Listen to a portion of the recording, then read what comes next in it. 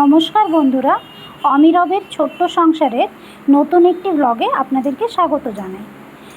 আজকে শুক্রবার, দুপুর এখন 12টা। আমরা বেরিয়ে পড়েছি।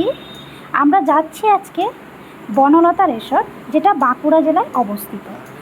এটা আমাদের কোনো প্ল্যানিং ছিল না, হঠাৎ করে বেরিয়েছিলাম। তারপরে সিদ্ধান্ত নেওয়া হলো যে বনলতা রিসর্ট যাওয়া হবে।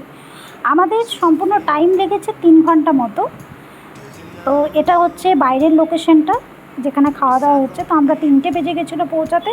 তো আমরা গিয়েই আগে খাওয়া দাওয়াটা সেরে নিয়েছিলাম। খাওয়া দাওয়াতে ছিল বাটার নান পরোটা এবং চিলি চিকেন। সুস্বাদু খাবার ছিল এবং প্রাকৃতিক পরিবেশটা ভীষণ সুন্দর ছিল। তো আমরা খেতে খেতে মনোরম যে পরিবেশ আছে সেই পরিবেশটাকে উপভোগ করলাম। আমরা প্রথমে ভাবছিলাম যে আমরা দিনটা স্টে করব ওখানে, কিন্তু যেহেতু কোনো প্ল্যানিং বা প্রিপারেশন নিয়ে যাইনি, আমাদের সাথে কোনো লাগেজও ছিল না, তাই আমরা ফেরত এলাম। তো ওখানে পরিচয় হয়েছিল দুজন পর্যটনের সাথে, যারা যুগোস্লোভিয়া থেকে এসেছেন 2000 কিলোমিটার দূরত্ব অতিক্রম করে, এবং ওনারা আজকে এখানেই থাকবেন। তো আমরা ওখানে একটু ঘোরাফেরা করলাম, তারপরে সিদ্ধান্ত নিলাম যে অন্য একদিন এসে থাকা যাবে। গাছটা দেখুন, কাঁঠালে পুরো ভর্তি হয়ে রয়েছে। ছোট্ট একটা গাছ এবং প্রাকৃতিক পরিবেশটা এত সুন্দর লাগছে।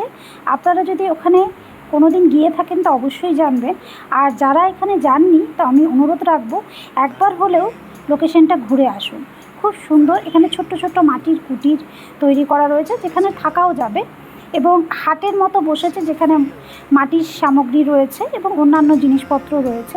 আমরা ঘুরে ফিরে দেখলাম, তারপরে আমরা পুনরায় আবার বাড়ির উদ্দেশ্যে রওনা দিলাম।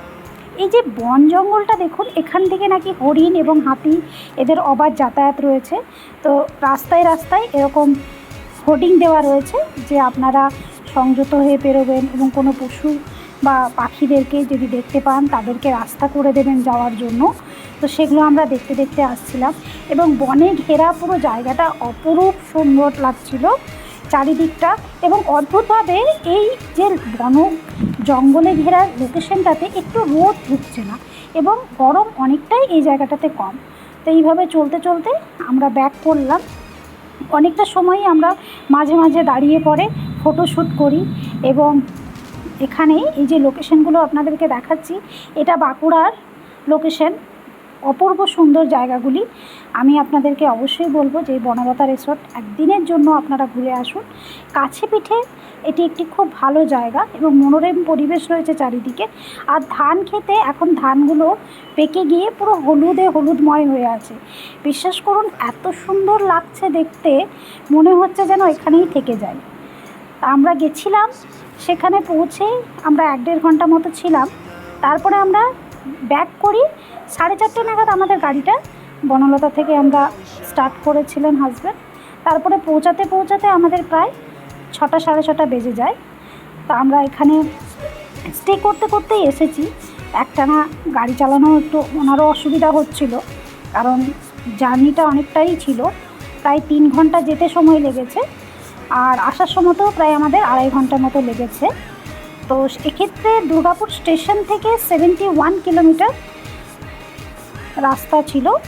তো ওভারঅল যদি আমরা বলি, তাহলে প্রায় আমরা 160 কিলোমিটার যাওয়া আসা মিলিয়ে 160 কিলোমিটার হয়েছে। দেখুন, বনটা এত সুন্দর লাগছে, যেন বারবার মনে হচ্ছে এই লোকেশনটাতে যদি থাকতে পারা যেত তাহলে খুবই ভালো হতো। একটু রোদ ঢুকছে না, যেন গাছগুলো পুরো আড়াল করে রেখেছে সূর্যের আলোটাকে। আর এত সুন্দর লাগছে, শুধু ঝিঝি পোকার ডাক। এই রাস্তাটায় যদি রাতের দিকে আমরা অতিক্রম করি, তাহলে সত্যি একটা ভয় লাগবে। তো সেটাই বলছিলাম হাজব্যান্ডকে যে একটু সকালই ব্যাক করা যাক। তো সেই মতোই আমরা বেরিয়েছিলাম তাড়াতাড়ি করে। কিন্তু থাকার ইচ্ছে ছিল, তবে যেহেতু বললাম আপনাদেরকে যে আমরা সেরকমভাবে কোনো রকম সিদ্ধান্ত ছাড়াই গেছি, তো সেই হিসাবেই আমরা ওখানে থাকতে পারিনি। ফেরার পথে কাদাকুড়ি বলে একটা জায়গা রয়েছে বাঁকুড়ায়, সেখানে অভিব্যক্তি বলে একটা রিসোর্ট বলবো না, জাস্ট এখানে একটা প্লেস ছিল, যেটা আমার খুব ভালো লেগেছে। কিন্তু যেটা হয়, মেনটেনেন্সের অভাবে লোকেশনটা এখন সেই যেন একদম নির্জন হয়ে পড়ে আছে। তো এখানে যদি মেনটেনেন্স করা হয়, এটাও খুব সুন্দর। এখানে ঘুমঘর রয়েছে, এবং যামিনী রায় বলে একজন মহিলা, যিনি লেখিকাও ছিলেন, উনি এখানে বসবাস করতেন। ওনার একটা লাইব্রেরি রয়েছে। হাজব্যান্ডের মুখে শুনলাম হাজব্যান্ড এখানে ছোটোবেলায় নাকি খেলাধুলা করেছেন, কারণ হাজব্যান্ডের মামাবাড়ি এই লোকেশনে।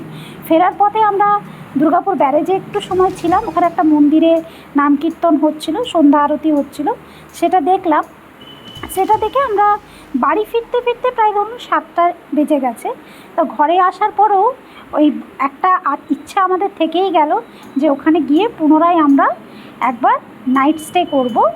তো সেটা শীতকালে হতো। ধন্যবাদ সবাইকে।